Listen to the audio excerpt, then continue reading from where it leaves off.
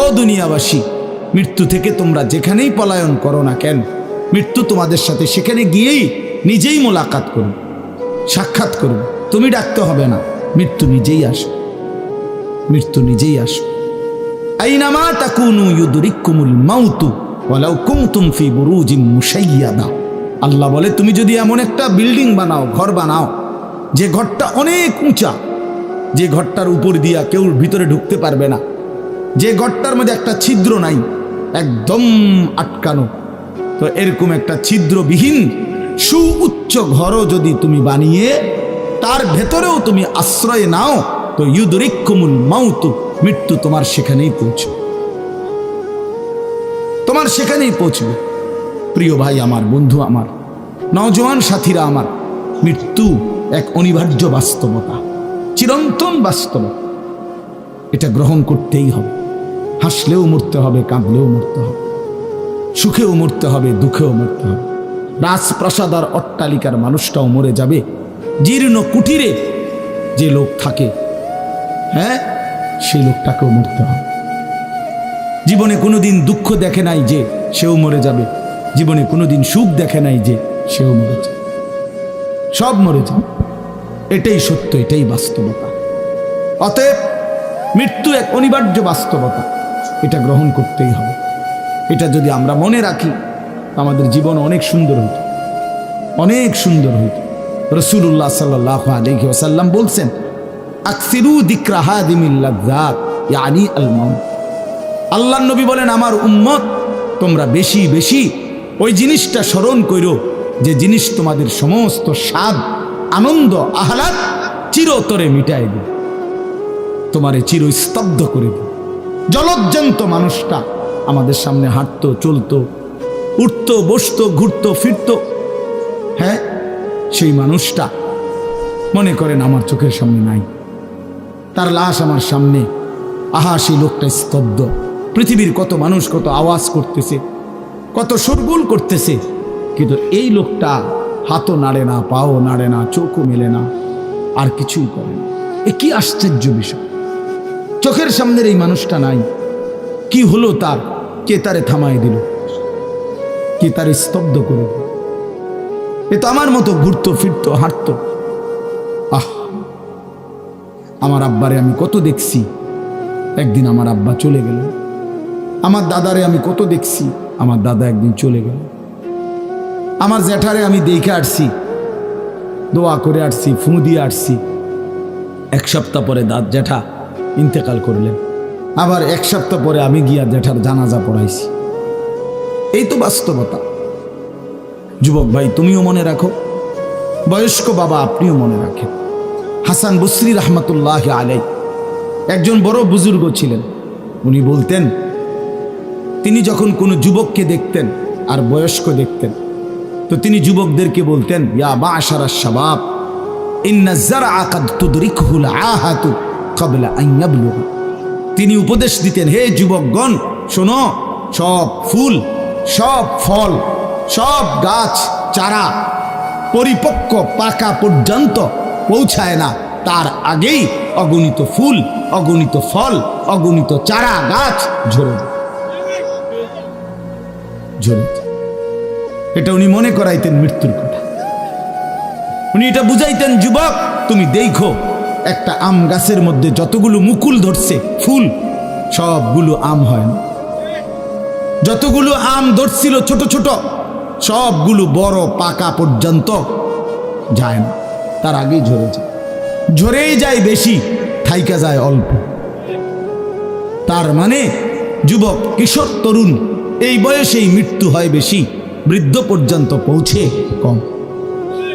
পুরা বাড়িতে অনেক সময় এমন হয়, একজনও বয়স্ক লোক নাই, একজনও নাই। আমার ঘর, আমার বাপ চাচাদের যে ঘর, সেখানে আপনার এখন আমার চাচাতো ভাই, জ্যাঠাতো ভাই, আমার ভাই বেরাদর সব মিলাইয়া আমাদের ছেলে পেলে ভাই ভাতিজা মিলে না হয়তো 60-70 জন আছি আমরা, কিন্তু আমাদের একজনও বয়স্ক লোক নাই। আমার দাদাও নাই, দাদিও নাই, জ্যাঠাও নাই, চাচাও নাই, আমার আব্বাও নাই, কেউ নেই। তাইলে কেন এমন হলো? তাহলে বোঝা গেল অধিকাংশই ঝরে যায়, কবরে চলে যায়, মৃত্যু হয়ে যায়। এই জন্য ধোঁকা না খাওয়া। আরেকটা হলো, বয়স্ক লোককে দেখলে উনি বলতেন, হাসান বসরি রহমতুল্লাহ আলাইহ, ইয়া মাশারা শুয়ুখ, হে বৃদ্ধগণ। উনি তাদেরকে জিজ্ঞাসা করতেন যে মা ইউনতাজারু বিসসারআই ইযা বালাগা, যখন কোনো ফসল পাইকা যায় তখন আর বাকি থাকে কি? কি বাকি থাকে? কাটা। কথা বলে না, কি বাকি থাকে? ক্বালু আল হাসাদ, বা কাটাটা বাকি থাকে, পাইকা তো গেছে। তার মানে আপনারা পাইকা তো গেছেন, বয়স তো হয়েই গেছে, আর শুধু মৃত্যুটা বাকি, আর শুধু মৃত্যুটা বাকি। তাইলে যুবককে বলতেন, তুমি ভেবো না তুমি বৃদ্ধ হবা, কারণ অসংখ্য ফুল তো আগেই ঝরে যায়, অসংখ্য ফল তো আগেই ঝরে যায়, অসংখ্য গাছ তো আগেই ঝরে যায়। আবার বৃদ্ধকে বলতেন যে আপনার তো আর কিছুই বাকি নাই, আপনি তো পাইকেই গেছেন, এখন শুধু কাটা, কবর, মৃত্যু ছাড়া আর বাকিটা কি? তাহলে মৃত্যু ভুলে না যাওয়া, মৌত ভুলে না যাওয়া। রাসূলুল্লাহ সাল্লাল্লাহু আলাইহি ওয়াসাল্লাম বলেন, কাফা বিল মাউতে ওয়াইজান। নবীজি বলেন, কোনো মানুষ যদি মৃত্যুর কথা স্মরণ করে, তার ওয়াজের জন্য, নসিহতের জন্য এটাই যথেষ্ট, এটাই যথেষ্ট। আমরা কিতাবে পড়ছি, হযরত ওমর রাদিয়াল্লাহু তাআলা আনহু, এত বড় সাহাবী, উনি বলতেন, কুল্লা ইয়াউমিন ইউকালু মাতা ফুলান মাতা ফুলান ওয়ালা বুদ্দা মিন ইয়াউমিন ইউকালু মাতা ওমর। তিনি বলতেন, হায় শোনো, প্রতিদিন ঘোষণা হয় আজ অমুকের মৃত্যু হলো, অমুকের মৃত্যু হলো, অমুকের মৃত্যু হলো। অচিরেই একদিন ঘোষণা হবে আজ ওমরের মৃত্যু হলো, আজ ওমরের মৃত্যু হলো। উনি বলেন, এই ঘোষণা শুনবে খুব দ্রুত একদিন। এই জন্য বাপ, এই আমাদের ব্যক্তিগতভাবে প্রতিনিয়ত মৃত্যু হচ্ছে, ঠিক এভাবে আমরা তো মরছি, একদিন এই গোটা আলমের মৃত্যু হবে। এই গোটা সৃষ্টিটাই আল্লাহ তাআলা গুটায় ফেলেন। আচ্ছা, কি আশ্চর্য কথা, এটা কি অবাক করা। এক মিনিট যদি কেউ বিবেক দিয়া ভাবে, যারে বলে কি হুজুর, বলেন কি, এত বড় আসমান ভেঙে যাবে, এই সূর্য খসে পড়বে, চাঁদ খসে পড়বে। আল্লাহ তাআলা বলছে, ইযা সামাউন ফাতারাত, আসমান ভেঙে যাবে, ওয়া ইদাল কাওয়াকিবুন তাসারাত, তারকারাজি খসে খসে পড়বে, ইযা শামসু কুব্বিরাত ওয়া ইদাল কাওয়াকিবুন তাসারাত। আল্লাহ তাআলা বলছেন, সূর্যটা গুটায় ফেলা হবে, পাহাড়গুলো বালির মতো, তুলার মতো উঠতে থাকবে। ইদা রাজ্জাতিল আরদু রাজ্জা, এই জমিনের মাটিগুলো রেজা রেজা, পাউডার পাউডার হয়ে যাবে। ওয়া ইদাল বিহারু ফুজ্জিরাত, সমুদ্র, খাল, বিল, নদীর পানিগুলো সব টকবগে উতরাইয়া গরম হইয়া বাষ্পের মতো উড়ে যাবে। না কোথাও পানি থাকবে, না কোথাও গাছ থাকবে, না আসমান থাকবে, না জমিন থাকবে, কিছু না। আচ্ছা, এটা কেমন কথা, এটা কেমন আশ্চর্য বিষয়। এই গোটা আলমের মৃত্যু হবে। আল্লাহ তাআলা কোরআনুল কারীমে বিশ্বাস করেন, অসংখ্যবার এই কথা এটা বলছে, এটা হবেই হবে। ইদা ওয়াকাতিল ওয়াকিআ, আল্লাহ বলেন এই ঘটনাটা ঘটবে। লাইসা লি ওয়াকাতিহা কাযিবা, এই ঘটনা মিথ্যা মনে করার মতো কেহ নাই। যেদিন ঘটে যাবে তখন আর কারো কোনো মিথ্যাবাদী আর থাকবে না, অর্থাৎ কেউ আর অস্বীকার করার সুযোগ হবে না। চোখের সামনে দিন, চোখের সামনে দিন। কোরআন শরীফে একটা সূরা আছে, সূরা হজ। ওই যে আমরা হজ করি না, এই হজ সূরাটার নাম। এই সূরার শুরুতে আল্লাহ তাআলা এই পৃথিবী ধ্বংসের, কিয়ামতের একটা সাংঘাতিক বর্ণনা দিয়েছেন। ওইখানে আছে, আল্লাহ বলেন, ইয়া আইয়ুহান নাসু তাকু রাব্বাকুম, হে মানুষ তোমরা আল্লাহকে ভয় করো। আর শুনো, ইন্না জালজালাতাস সাআতি শাইউন আযীম, নিশ্চয়ই কিয়ামতের ভূমিকম্প, জালজালা, এই যে বললাম জিলজাল এবং জালজালা অর্থ ভূমিকম্প। আল্লাহ বলেন কিয়ামতের ভূমিকম্প, ইসরাফিল যখন ফু দিবে, আমার এই পৃথিবী যখন ভাঙতে শুরু করবে, এই সৃষ্টি জগৎ পুরাটা যখন আমি আল্লাহ গুটায় ফেলবো, ওয়াস সামাওয়াতু মাতবিয়াতুম বিয়ামিনি, আল্লাহ বলেন 7 আসমান আমি আল্লাহ তাআলার হাতের মধ্যে গুটায় ফেলবো, গুটায় ফেলবো। তুমি জানো না আমার ক্ষমতা। কুল্লু মান আলাইহা ফান ওয়া ইয়াবকা ওয়াজহু রাব্বিক, সব শেষ করে দেব আমি, শুধু আমি আল্লাহই থাকব, শুধু আমি আল্লাহই থাকব। তো আল্লাহ তাআলা বলেন এই ইসরাফিল ফু দিলেই, শুরু করলেই জমিনে ভূমিকম্প শুরু হবে। ইন্না জালজালাতাস সাআতি শাইউন আযীম, আল্লাহ বলেন নিশ্চয়ই এই কিয়ামতের ভূমিকম্প এটা শাইউন আযীম, বড়ই ভয়ানক, বড়ই মারাত্মক। কারণ দুনিয়ার ভূমিকম্প 1 নাম্বার হলো বর্তমানের ভূমিকম্প কখনো 30 সেকেন্ড, কখনো 40 সেকেন্ড, কখনো 47 সেকেন্ড, 50 সেকেন্ড, এই সেকেন্ড সেকেন্ড মিনিট 47 মিনিট নি ভূমিকম্প হয়। কথা কর না কেন? 30 মিনিট ভূমিকম্প হয়। 30 মিনিট ভূমিকম্প হইলে আমাদের 14 গোষ্ঠী থাকবে নাকি? 30 সেকেন্ড 40 সেকেন্ড হয় ভূমিকম্প। এইটুকুতে একে তো সময় সামান্য, দ্বিতীয়ত হলো একসাথে গোটা পৃথিবীতে হয় না, এদিকে হলে ওইদিকে হয় না এরকম। কিন্তু আল্লাহ তাআলা বলেন ইসরাফিল ফু দিলে যে ভূমিকম্পটা হবে, সেই ভূমিকম্পটা গোটা পৃথিবী একসাথে নাড়ায় দেবে, একসাথে নেবে। 47 সেকেন্ড না, কতক্ষণ সেটা আল্লাহই জানে। তখন অবস্থা কি হবে? মানুষের আতঙ্ক, এই ভূমিকম্পে আতঙ্ক। হ্যাঁ, আমি একবার চাঁদপুর মাহফিলে ছিলাম, রাত্রে ঘুমাইছি মসজিদের রুমে, ইমাম সাহেবের রুমে। এই সময় ভূমিকম্প আইছে, দরজা খুলে দিছি দৌড়, মসজিদের মাঠে আইছি দাঁড়াইয়া, চাই যে পুরা গ্রামের মানুষ সব আইসা বলছে হই হুল্লোড় চিৎকার, হায় হায়। অথচ সবাই চিৎকার দিতে দিতে ভূমিকম্প শেষ। ভূমিকম্প হয়েছেই তো অল্প একটু, কিন্তু এটুকুর আতঙ্কেই যা হুজুর পাবলিক বরাবর। কিসের হুজুর আর কিসের পাবলিক, বক্তা শ্রোতা সমান। এই এখন মনে করেন ভূমিকম্প হইলে আমরা সব দিন দৌড়, আমিও আমি এখানে বুজুর্গি দেখাইব এটা আমরা। হ্যাঁ, আমি একটা বড় হুজুর বেটা প্রধান বক্তা, আমি লড়লে কি মানুষ কি করব? আপনি কি করবেন? আমার সময় কো, আমার জান নিয়ে টানাটানি। আল্লাহু আকবার। তো এই সামান্য ভূমিকম্প, কিন্তু আল্লাহ তাআলা বলেন ইসরাফিল সিংহা ফু দিলে যে ভূমিকম্প হবে বান্দা, সেটা বড়ই ভয়ানক, সেটা সারা পৃথিবী নড়বে একসাথে। তখন কি হবে? মানুষের আতঙ্ক। ইয়াউমা তারাউনাহা তাযহালু কুল্লু মুরদিআতিন আম্মা আরদাআত।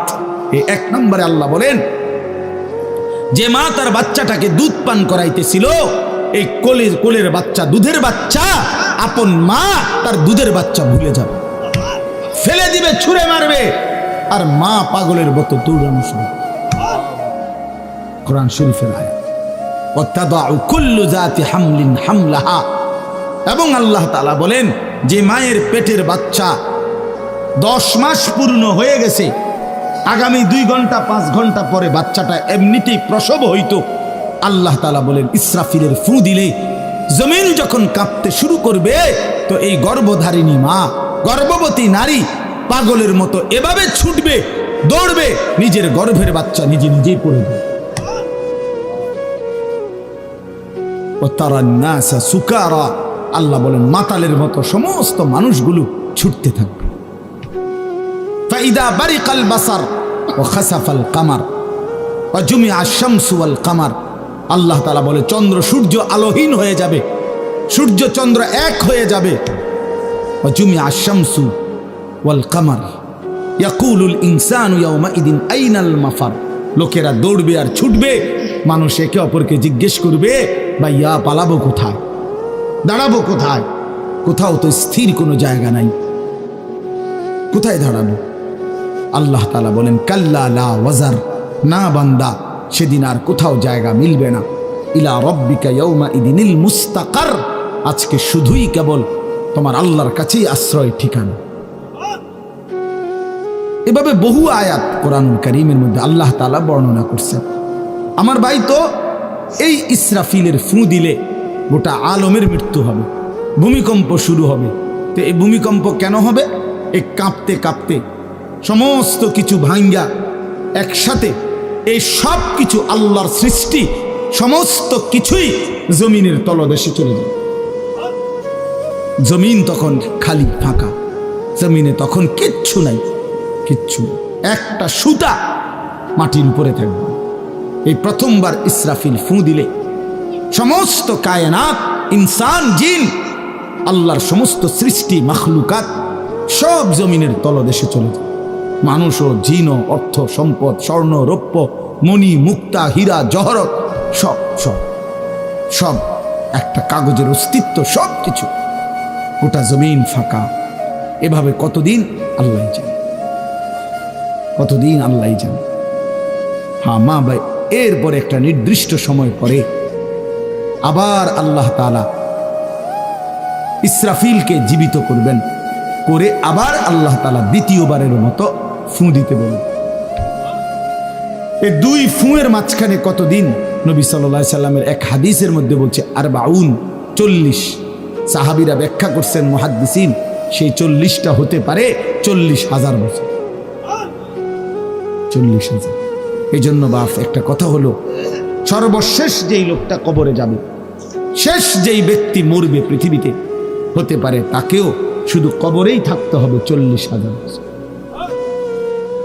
40,000 বছর, এরপরে তো আখিরাত। এই 40,000 বছর যদি কবরে আযাব হয়, 40,000 বছর যদি কবরে আযাব হয় ভাই, তখন কি হবে? এবার ভেবে দেখেন, এখন যারা কবরে যাচ্ছে,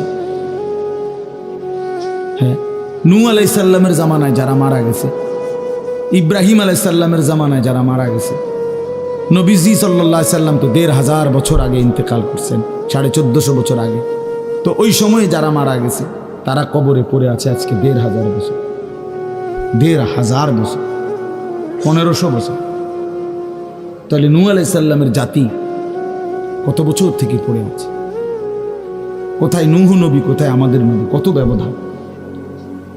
এই জন্য বাপ, শুধুমাত্র কবরের বিষয়টাই তো সাংঘাতিক, আখিরাত তো পড়ে। শেষ ব্যক্তিটাও যদি কবরে থাকতে হয় 40,000 বছর, তো এখনকার মানুষগুলো আছে কত কাউ। এই যার কবরে আযাব হচ্ছে, আহা বাপ, সে কি পরিমাণ কষ্ট পাচ্ছে ভাই ভাই।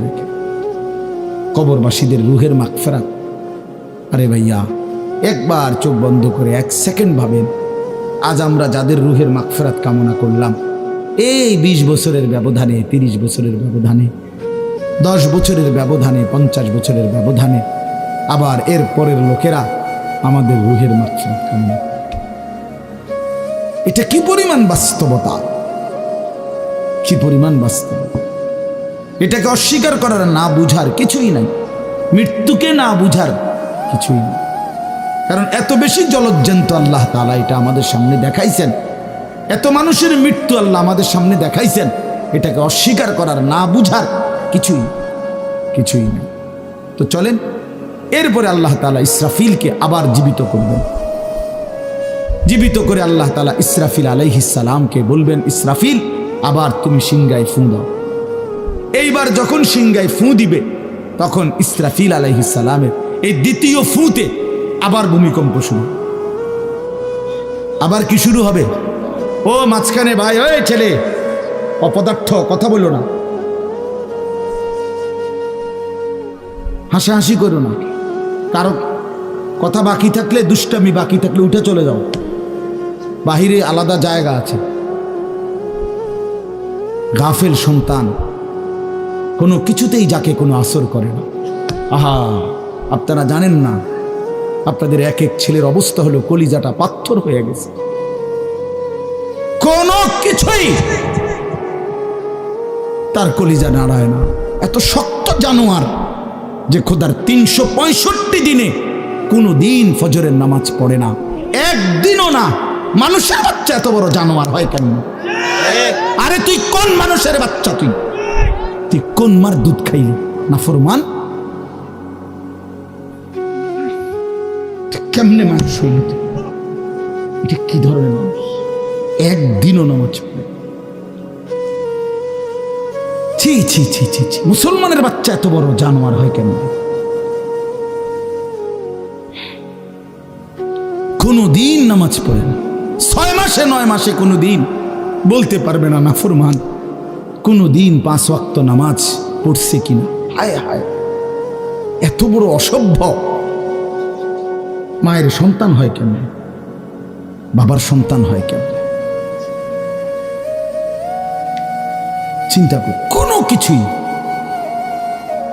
ছেলে পেলেদের হালাত হলে এই পরিমাণ লাগাম ছাড়া কিসের মা কিসের বাবা, কে তার মা কে তার বাপ, কে কি তার ধর্ম, তার আল্লাহ কে, তার রসুল কে, তারে বানাইছে কে, আসছে কোত্থেকে, কেন আসছে, কি করতেছে, কি করছে, কিচ্ছুর খবর, কিচ্ছুর খবর। আসে, হাঁটে, বুট খায়, বন খায়, মোবাইল টিপে, খারাইয়া মতে, বইয়া মতে, বন্ধু বান্ধবদের সাথে আড্ডা দেয়, মেয়ের পিছনে ঘুরে, অসভ্য অশ্লীল কথাবার্তা বলে। এটা কি একটা জিন্দিগি হলো? ভেবে দেখেন। উফ, কোন সুস্থ স্বাভাবিক মানুষ এমন হয়? বলো ভাইয়া বলো। রাগ করো না বাপ, কে তোমা করে মনে করাই দিবে?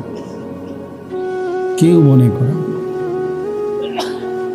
হা, বাবা আমারও ফিকির শেষ, শুধু টাকা রোজগারের ফিকির।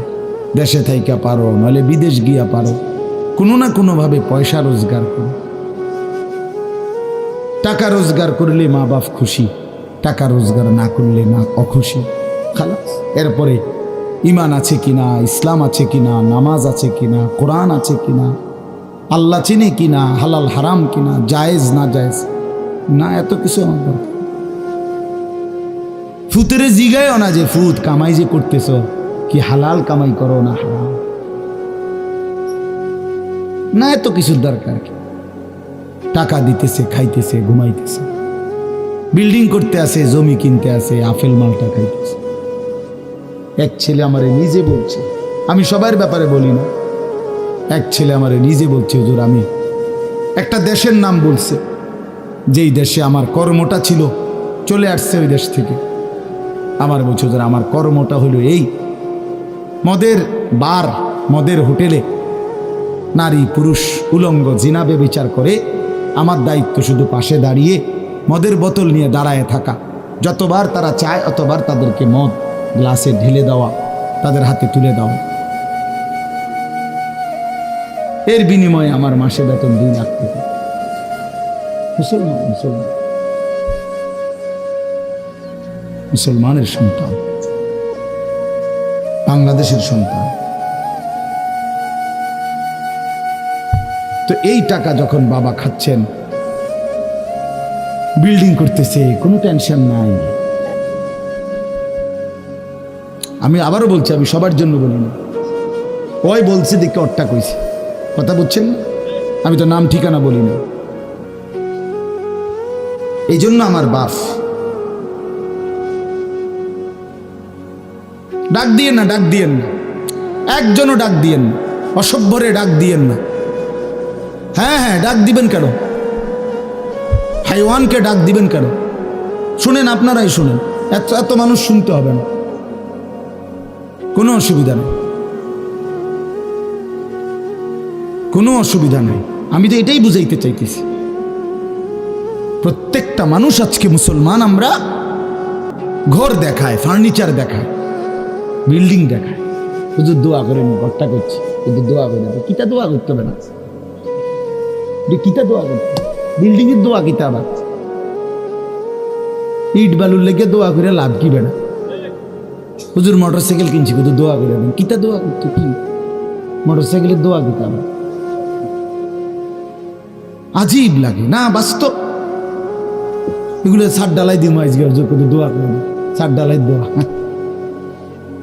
ওটা ছাদ ডালাই করে, ওটার ফুতে মোবাইলে অশ্লীল উলঙ্গ ছবি দেয়। ওটার সন্তান উনি দাঁড়াইয়া রয়েছে মিস্ত্রিগো সামনে, ওনার গাম বাইয়া বাইয়া পড়তেছে ছাদ ডালাইয়ের দিন, আর অসভ্য জানোয়ার সন্তান বন্ধুদের সাথে উলঙ্গ ছবি দেখতেছে।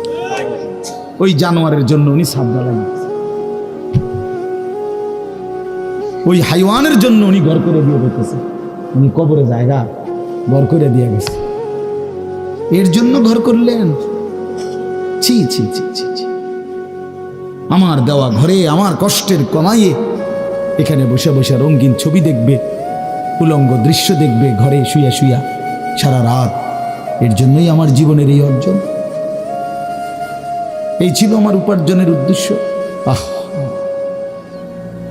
কতবার বললে বুঝবেন, কেমনে বললে বুঝবেন, কারে বললে বুঝবেন? আল্লাহ মাফ করে দেন। চলেন বাপ, তো বলতেছিলাম আল্লাহ তাআলা ইসরাফিল আলাইহিস সালামকে বলবেন আবার ফু দাও। তো তিনি দ্বিতীয়বারের মতো ফু দিলে জমিন আবার ভূমিকম্প শুরু হবে। এই ভূমিকম্পে জমিন কাঁপতে কাঁপতে এইবার জমিনের তলদেশে ওই প্রথমবার ফু দেওয়াতে ভূমিকম্প কাঁপতে কাঁপতে সব উপরে যা ছিল সব নিচে চলে গেছে। মনে আসেনি এটা কইছি? তাহলে উপরটা কি? ফাঁকা। এইবার নিচে যা ছিল সব উপরে চলে আসবে। এই আসলেই এটা হাসরের মাঠ। সমস্ত নিচের জিনিস যা কিছু, একেবারে মানুষ, গরু, ছাগল, হাঁস, মুরগা, জিন, ইনসান, গদ, দুয়ার, বাজার, ব্যবসা, দোকান, টাকা, হীরা, জহরত, মণি, মুক্তা, টাকা পয়সা, অর্থবিত্ত, সব সোজা কথা জমিনের তলদেশের সব কিছু জমিনের উপরে উঠে আসবে। উঠে আসলেই এটা হাসরের মাঠ। এইটা, এই হাসরের মাঠ কোনটা জানেন? এই যেখানে বসে আছেন এখন, এটাই হাসরের মাঠ। এই জমিনের উপরেই হাসরের মাঠ। বাকি শুধু আল্লাহ কোরআন বলছে ইদাল আরদু মুদ্দাত, আমি আল্লাহ জমিনটাকে টেনে আরো লম্বা করে দেব, আরো বড় করে দেবো আর কি, প্রশস্ত করে দেবো। কারণ ওই যে পিসের মানুষ খারাপ লাগবে না? মানুষ তো দাঁড়াই বসেই আদম আলাইহিস সালাম থেকে নিয়া, তো মানুষ বেশি না? মানুষ, গরু, ছাগল, হাঁস, মুরগা, জিন, ভূত সব খারাপ না? সব দাঁড়াবে তো। এই জন্য আল্লাহ তাআলা বলেন জমিন আমি প্রশস্ত টেনে দিব, লম্বা করে দিব, এতটুকু। বাকি এটাই হাসরের মাঠ, এটাই হাসরের মাঠ। এই কথাটাই এখানে আল্লাহ তাআলা উল্লেখ করছেন। ইদা জুলজিলাতিল আরদু জিলজালাহা, যখন দ্বিতীয়বারের মতো ইসরাফিলের ফু দিলে জমিনের ভূমিকম্প শুরু হবে। ওয়া আখরাজাতিল আরদু আসকালাহা, আল্লাহ তাআলা বলেন তখন জমিন তার তলদেশে যা ছিল সমস্ত জমিনের তলদেশে, এগুলো এতদিন জমিনের বোঝা ছিল, বোঝা মানে মাটির নিচে, এগুলো সে মনে যেন ফোজা কান্দে লইছে। এবার ওয়া আখরাজাতিল আরদু আসকালাহা, জমিন তার বোঝা মানে জমিনের তলদেশে যা ছিল সে এবার তা জমিনের উপরে উঠায়, উপরে উঠায়। এরপরে আশ্চর্য কথা শুনেন, এরপরের কথাটার জন্য রাসূলুল্লাহ সাল্লাল্লাহু আলাইহি সাল্লাম হাদিসে বলছেন, এই ভাই শুনেন, ছেলেরা তোমরাও শোনো। নবী সাল্লাল্লাহু আলাইহি সাল্লাম বলেন এই জমিনের তলদেশ থেকে যখন সবকিছু উপরে উঠে আসবে তখন অর্থ সম্পদ, হীরা জহরত, মণি মুক্তা, স্বর্ণ রৌপ্য, এগুলো স্তূপ আকারে উঠে আসবে জমিনের উপরে, মানে হাসরের মাঠে। তো নবীজি একেবারে স্পষ্ট হাদিস, নবীজি সাল্লাল্লাহু আলাইহি সাল্লাম বলেন তখন এই স্বর্ণ রৌপ্য, টাকা পয়সা, হীরা জহরত, এগুলো, এই অর্থ সম্পদগুলো আল্লাহর কুদরতে কথা বলবে। স্বর্ণের টুকরা কথা বলবে, কথা বলবে, রৌপ্যের টুকরা কথা বলবে, এগুলো কথা বলবে। কথা কি বলবে? এগুলো তখন ওই নাফরমান মানুষগুলোকে ডাক দিবে, ডাক দিবে, আইয়ুহাস সারিক, হে চোর, এদিকে এই সম্পদের জন্য চুরি করেছিলে, আজ যা দরকার নেও। আইয়ুহাল কাতি, হে ডাকাত, এদিকে এদিকে আসো, এই সম্পদের জন্য ডাকাতি করছিল, আজ নেও। হে আত্মীয়তার, আইয়ুহাল কাতি, আত্মীয়তার সম্পর্ক ছিন্নকারী ব্যক্তি, আসো। এই জন্য ভাইয়ের সাথে যুদ্ধ করছো, বোনের সম্পদ নষ্ট করছো, চাচারে সম্পত্তি দাও নাই, এই জন্য, এই দুনিয়ার জন্য নেও, এখন না, এখন যা লাগে নেও।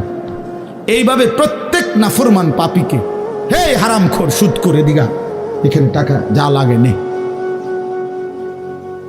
নে বাটপার, এখান থেকে টাকা নে। কি পরিমাণ টাকা দরকার ছিল নে। এইভাবে রাসূলুল্লাহ সাল্লাল্লাহু আলাইহি সাল্লাম বলেন, দুনিয়ার এই সম্পদগুলো কথা বলবে আর ডাকবে। ডাকলে মানুষ, আচ্ছা এটা তখন কেরম লিখবো? কথা বোঝেন নাই? এটি যখন কথা বলবে, ডাকাডাকি করবে, মানুষ কি বলবে? লোকেরা তো সবাই দাঁড়াইছে, মানুষও তো দাঁড়াইছে, তারাই তো ডাকতেছে, তো তারা কি বলবে? ওয়াকালাল ইনসানু মা লাহা, আল্লাহ নিজেই বলতেছে, লোকেরা তখন মানুষগুলো বলবে মা লাহা, এটা কি হলো? আরে এটা কি কারবার? এগুলো কথা বলে কেমনে? এগুলো কি কয়? এরা আমার চিনলো কেমনে? আমি যে সিটার, আমি বাটফারে চিন্তা লাগলো। ইন্নারিল্লাহ, একের পুরা ধরা অনবিচার আচার কিছুই শুরু হয়েছে না, এখনই বেজ্জুতি, বাকিটা তো অবস্থা খারাপ। মানে অর্থাৎ মানুষগুলো অবাক হয়ে বলবে মা লাহা, কি হলো জমিনে, কি হলো এগুলোর? এরা এমন করছে কেন? এরা কথা বলছে কেন?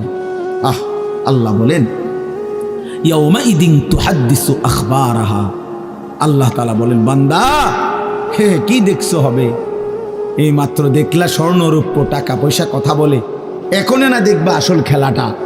ইয়াউমাইদিন তুহাদ্দিসু আখবারাহা, আল্লাহ বলেন এখন দেখবা সরাসরি এই হাসরের মাঠে তোমার সামনে, তোমার পায়ের নিচের জমিন, তোমার পুরা জিন্দেগির কথা, তোমার যত তথ্য, ভালো কিংবা মন্দ, নেক কিংবা গুনাহ, তোমার সমস্ত কিছু, রাতের কিংবা দিনের, একাকী কিংবা প্রকাশ্যের, গোপন কিংবা আড়ালের, আল্লাহর কসম জমিন সবটা এখন তোমার সামনে বলে দিবে। ইয়াউমাইদিন তুহাদ্দিসু আখবারাহা, রব্বুল আলামিন বলেন জমিন সবটা কথা বলে দিবে, ভালোটাও মন্দটাও, আলোটাও অন্ধকারটাও, একাকীও অন্ধকারেও, প্রকাশ্যেও সবার মাঝেও, সব বলে দিবে। রাতের চুরি বলে দিবে, রাতের তাহাজ্জুদটাও বলে দিবে, মদের আড্ডার কথাও বলে দিবে, জুয়ার আড্ডার কথাও বলে দিবে। সারা রাত যুবক উলঙ্গ ছবি দেখেছ, আল্লাহর কসম সেটাও বলবে। যে যুবক মালিকের সেজদা দিয়েছে সেটাও বলবে। তাহাজ্জুদ শোনাবে, আবার সবার সাথে যে জামাতে নামাজ পড়েছে এটাও বলবে, সব কিছু বলে দিবে। আল্লাহ বলেন যদি মানুষ ভাবতে চাও জমিন কিভাবে কথা বলে, স্বর্ণরৌপ্য কিভাবে কথা বলে, আল্লাহ বলেন বিআন্না রাব্বাকা আওহা লাহা, আল্লাহ তাআলা আদেশ করেছেন বলেই কথা বলে। আল্লাহ বললে, হুকুম করিলে, আল্লাহর গোটা কায়নাত, গোটা সৃষ্টি জগৎটাই কথা বলে। ওয়াশাহিদা আলাইহিম সামউহুম ওয়া আবসারুহুম ওয়া জুলুদুহুম বিমা কানু ইয়ামালুন। আল্লাহ বলে হাসরের ময়দানে বান্দা, তোমার কান, তোমার চোখ, তোমার সারা দেহের চামড়া, জুলুদুহুম, তোমার সারা দেহের চামড়া, হাসরের ময়দানে তোমার পুরা জিন্দেগির কর্মকাণ্ড বলে দিবে। চামড়াগুলো বলবে, চামড়া, মানুষের শাহওয়াত চামড়াতে। এই জন্য সমস্ত যৌনতার ঘটনা, অসভ্যতার ঘটনা শরীরের চামড়া বলে দিবে। মানুষের শাহওয়াত চামড়া, কথা বুঝছেন কি? হ্যাঁ, চর্মে, চামড়ার মধ্যে শাহওয়াত, কামনা, বাসনা, যৌন চাহিদা। এই জন্য যত লোক দেখবেন বিভিন্ন হসপিটালে, যত ডাক্তার চর্মরোগের ডাক্তার, তত লোক যৌন রোগেরও ডাক্তার। হ্যাঁ হ্যাঁ, চর্ম ও যৌন রোগ বিশেষজ্ঞ, এটা এটা একই বিষয়, একই চ্যাপ্টার। চামড়া মানে আল্লাহ তাআলা বলেন তোমার চামড়া বলে দিবে কত রাত কত দিন নারীর প্রতি অবৈধ আগ্রহ, অশ্লীলতার, বেহায়াপনার, অসভ্যতা করেছিলে।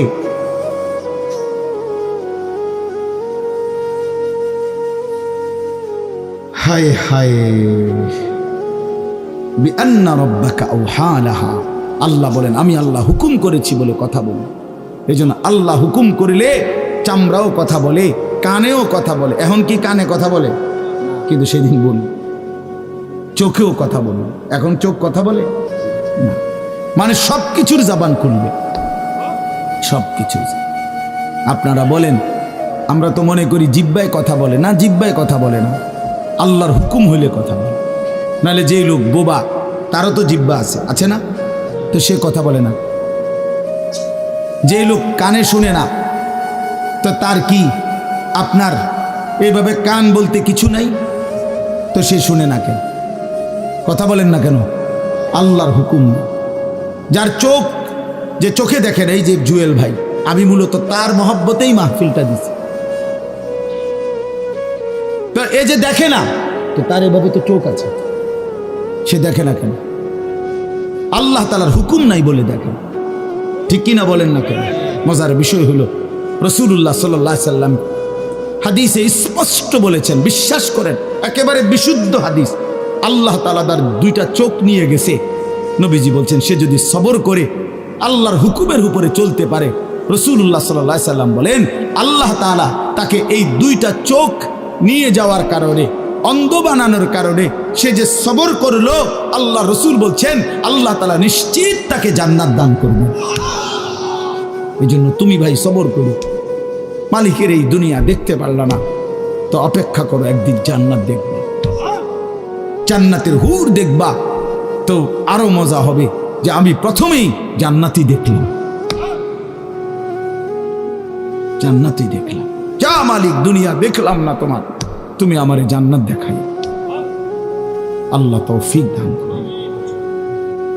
ইয়াউমাইদিন ইয়াসদুরুন নাসু আশতাতান লিয়ারাউ আ'মালাহুম, আল্লাহ বলেন তখন দলে দলে ফেরেশতারা মানুষগুলোকে লাইনবদ্ধ, সারিবদ্ধ করে দলে দলে বানাবে। লোকেরা পরস্পর, প্রত্যেকটা মানুষকে ফেরেশতারা আলাদা আলাদা গ্রুপ বানিয়ে দেবে হাসরের ময়দানে। তখন প্রত্যেকে এই গ্রুপে গ্রুপে, দলে দলে লিউরাউ আমালাহুম, নিজেদের আমল নামা, নিজেদের আমল দেখবার জন্য সামনে এগিয়ে যাবে। অর্থাৎ প্রত্যেককে তার আমল নামা দেখবার জন্য, দেওয়ার জন্য নির্দিষ্ট জায়গায় নিয়ে আসবে। নেওয়ার পরে সেখানে প্রত্যেকের ফাইল, প্রত্যেকের খাতা, আমল নামা তার হাতে তুলে দেওয়া হবে। দিলেই সে দেখবে। আল্লাহ বলতেছেন, ফামান ইয়ামাল মিসকালা যাররাতিন খায়রান ইয়ারা, এক বিন্দু, এক অণু পরিমাণ, পরমাণু পরিমাণ, সামান্য থেকে সামান্য পরিমাণও নেকি, কল্যাণ, তাও তুমি দেখতে পাবা। ওমান ইয়ামাল মিসকালা যাররাতিন শাররান ইয়ারা, বিন্দু থেকে বিন্দু মন্দ যা করেছিলে তাও তুমি দেখতে পাবে। এক জাররা, মূলত জাররা বলে তাফসীরের মধ্যে লিখছে লা ওয়াজনা লাহু লা জিনাতা লাহা, যেটার কোনো ওজন হয় না, এত সামান্য, এত সামান্য, ওজন নাই, মানে 100 গ্রামও না, 10 গ্রামও না, 1 গ্রামও না, আধা গ্রামও না, এত সামান্য, এটা কোনো ওজন নাই, ওজন নাই, ওজন আসে না আর কি, ওজনে হয় না, এরে বলে জাররা। তাফসীরের মধ্যে লিখছে, কোনো ব্যক্তি, হযরত আব্দুল্লাহ ইবনে আব্বাস বলেন, কোনো ব্যক্তি যদি মাটিতে এমনি হাত মারে, মানে হাত লাগাই আবার উঠাই লাইছে, তখন এই যে বালুগুলো লাগছে, এই বালুর যেগুলো হাত থেকে ঝরে পড়ে কণা, এগুলো তার চাইতে সামান্য এক জাররা।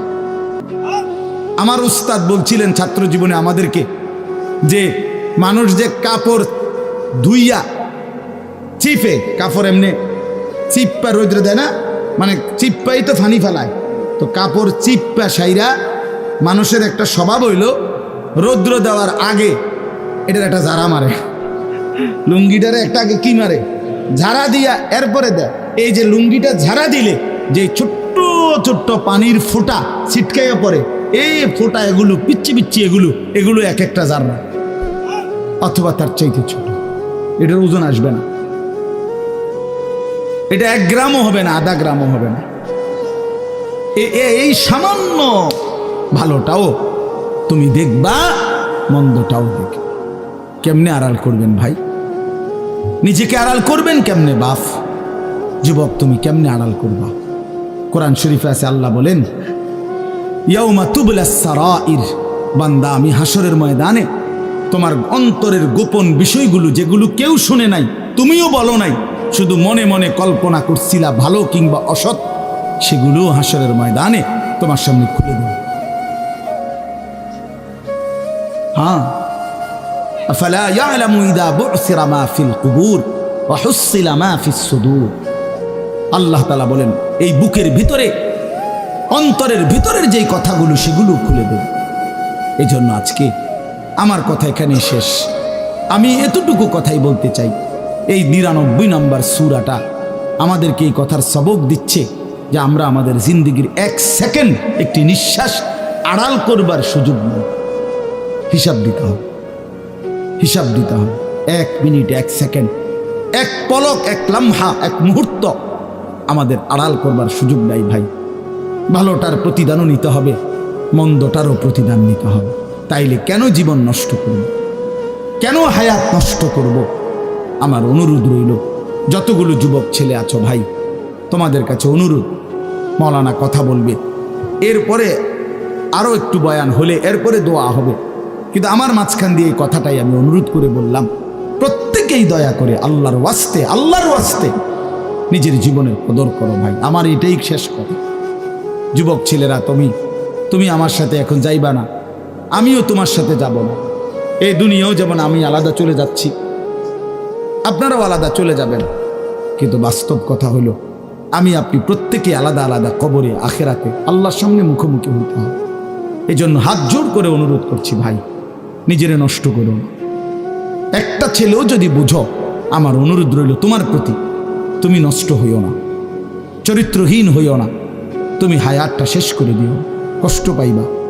এই নারী ছবি, অশ্লীল দৃশ্য, উলঙ্গপনা, বেহায়াপনা, এই জেনা ব্যভিচারের দৃশ্য, এগুলো দেখো না। চেষ্টা করো 5 ওয়াক্ত নামাজ পড়তে, 5 ওয়াক্ত নামাজ পড়তে হিম্মত করলে পারবা ভাই। পেশাব পায়খানার পরে টয়লেট পেপার ব্যবহার করো, পানি ব্যবহার করো, দেখবা শরীর পবিত্র থাকলে আল্লাহর ইবাদত করতেও মন চাই। মূলত মানুষ অনেকের যাদের নামাজ ছুটে যায়, তাদের একটা বড় কারণ হলো তার শরীর অপবিত্র, শরীর নাপাক, আর নাপাক দেখে নেক কাজের তামান্না, আগ্রহ জাগে না। এই জন্য এই যে পেশাব করে পানি নেয় না, টয়লেট পেপার ব্যবহার করে না, এই অসভ্য এই কারণে নামাজ পড়তে চায়। বাস্তব কথায় এর তখন আর হায়া লজ্জা থাকে না। এই জন্য সবাই বলে ইনশাআল্লাহ নামাজ পড়ুন, নিজেদের স্ত্রী, কন্যা, বোনকে পর্দা পশিদায় রাখতে চেষ্টা করেন। যে মেয়েটার পর্দা নাই, যে মহিলার পর্দা নাই, বিশ্বাস করেন যে তার নিজের ইজ্জত, নিজের কদর, নিজের সতীত্ব, নিজের পর্দার কদর বোঝে না, এটা কোনো নারী না, এটা কোনো মহিলা না, এটা প্লাস্টিক জাতীয় কিছু হইতে, এটা এক ধরনের প্লাস্টিক, এটা এক ধরনের অসভ্য। যে নারী বেপর্দা, যেই মেয়ে দুশ্চরিত্র, যেই মেয়ে চরিত্রহীন, যেই মেয়ে বেহায়ার মতো চলে, সে শুধু নিজের ক্ষতি করে না, সে একটি সমাজ নষ্ট করে, একটি মহল্লা শেষ করে। এই আগুন সারা মহল্লায় জ্বালায়া দেয়, তার রূপের যৌবনের আগুন জ্বালায়া অসংখ্য যুবকের জিন্দেগি নষ্ট করে। এই জন্য ওই জানোয়ার মনে রাখতে হবে, ওই অসভ্য নারী যতগুলো ছেলে তাকে দেখে অবৈধ কামনা বাসনা করছিল, এই সমস্ত যুবকের সমপরিমাণ গুনাহ ওই অসভ্য মেয়ে, ওই নর্তকী, ওই ব্যভিচারিণী নারী তাকে ভোগ করতে হবে। এত সোজা না। এই জন্য বাবাদেরকে বলি, ছেলেদের দিকে কদর করেন, মেয়ের দিকে নজর দেন, স্ত্রীর দিকে নজর দেন। ওই খাট পালং দেখাইয়েন না, বিল্ডিং উল্ডিং দেখাইয়েন না, ইতান দেখাইয়া লাভ নেই। উঠতে লাইলে সবারই ঘুমাইয়া লাগে, পরিশ্রম করে ঘুমাইলে এত কিছু লাগে না। কত মানুষ আছে এরকম যারা ফাওটাও দোয় না, জুতাই নাই, বেটা ফাও দিব কি দিয়া বেটা, হ্যাঁ সময় করে এতটা ক্লান্ত থাকে যে শুইলেই কি এসে পড়ে ঘুম আইসা। আল্লাহ আমাদের সবাইকে কদর করার তৌফিক দান করেন। আজকের এই মাহফিলকে আল্লাহ তাআলা ভরপুর বরকত দান করেন। আল্লাহ তাআলা আপনাদের সবাইকে কবুল আর মঞ্জুর করেন।